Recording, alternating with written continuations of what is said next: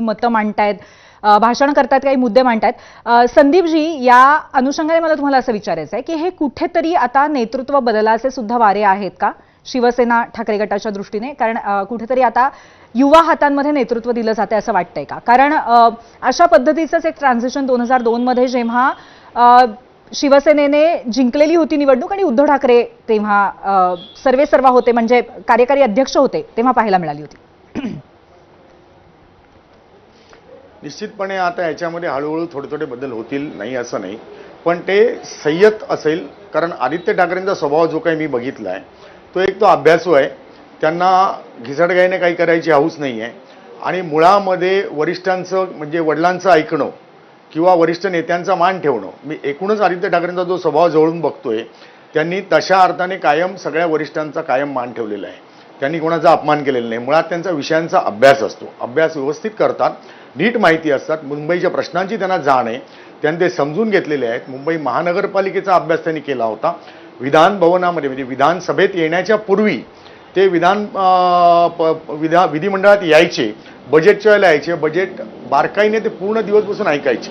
त्यांनी अनेक विषयांचा सविस्तरपणे अभ्यास केल्याचं मला पाहायला मिळालेलं आहे आणि आक्रस्थळी नेतृत्व कुठेही नाही आहे, कुठेही गडबड नाही आहे, कार्यकर्त्यांना सांभाळून घेण्याची एक भूमिका आहे। या भूमिकेतून तो हळूहळू ते एस्टॅब्लिश होतील, पण त्याला अजून काही काळ जावा लागेल। आणि या सगळ्या काळामध्ये आता मुळामध्ये मुंबई महापालिकेमध्ये सत्ता येते की नाही आहे, नेमकं होतंय काय, याच्यावर बरीच गणितं अवलंबून राहणार आहे। कारण यांनी बाकीच्या आज जर आपण बघितलं नगरपालिकांच्या निवडणुकांमध्ये तर बहुसंख्य ठिकाणी तुम्हाला लढाई दिसेल ती भारतीय जनता पार्टी आणि एकनाथ शिंदे यांच्या शिवसेनेमध्ये दिसेल। त्यामुळे महाराष्ट्राची सत्ता आता मुंबई महानगरपालिका, ठाणे महानगरपालिका, कल्याण डोंबिवली 5-7 महानगरपालिका महत्त्वाच्या वगळल्या, ते 29 महानगरपालिकेच्या ठिकाणी सुद्धा काय हा एक मोठा प्रश्नच आहे। पण संदीपजी, पुन्हा एकदा मी आदित्य ठाकरेंच्या नेतृत्व म्हणून आदित्य ठाकरेंच्या नेतृत्वाच्या दृष्टीने असा प्रश्न आहे की सध्याची राजकारणाची स्थिती बघता, जी भाषा वापरली जाते, ज्या पद्धतीने आक्रमकता दाखवली जाते, ते बघता त्यांचा जो संयत पवित्र आहे, त्यांचं जे सोफिस्टिकेशन आहे, ते पुरेसं ठरेल का? काय वाटतं तुम्हाला? हे काळच ठरवेल। बघा, बाळासाहेबांची भाषा ही बाळासाहेबांची होती, बाळासाहेबांसारखं दुसरं कोणी बनू शकत नाही, हे उद्धव ठाकरेंनी डे 1ला स्पष्ट केलं होतं। उद्धव ठाकरेंनी तसा कधी दावाही केला नव्हता।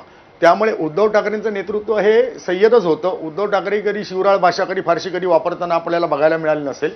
त्यांची भाषणाचा बाज एक वेगळ्या प्रकारचा होता, आदित्य ठाकरेचा बाज वेगळा आहे। येणारी लोक सुद्धा आता हळूहळू शहाणी होत चालली दिवसेंदिवस। शेवटी आम्हाला काय मिळणार आहे, मुंबईकरांना काय मिळणार आहे, नागरिकांना काय तुम्ही देणार आहात, हाही एक प्रश्न आहे। एकीकडे असं होतं की पैशाची खूप काही रणधुमाळी चाललेली आहे। आता लाडक्या बहिणी किंवा अनेक घोषणा केल्या गेल्या, घोषणांना बोलून लोकांनी मतदान केलं।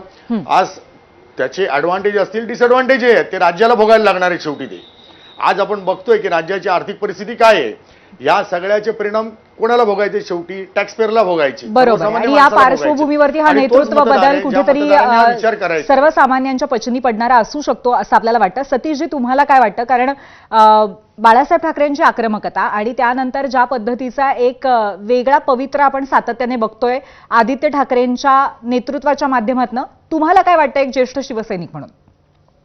हा, चांगला आहे। मी तर म्हणतो त्यांनी तो संयम सोडू नये। ते आता ते कधीतरी मधून तरी गद्दार भाषा वापरतात, तीही त्यांनी पण ते शिवसैनिकांच्या आणि शिवसेनेच्या मतदारांच्या पचनी पडणार आहे का सगळं? नक्की पडेल, का नाही पडणार, का नाही पडणार। विद्या विनयेने शोभते असं म्हणतात, तो विनय त्यांनी दाखवावा, त्या विनयाचं अप्रिसिएशनच होईल।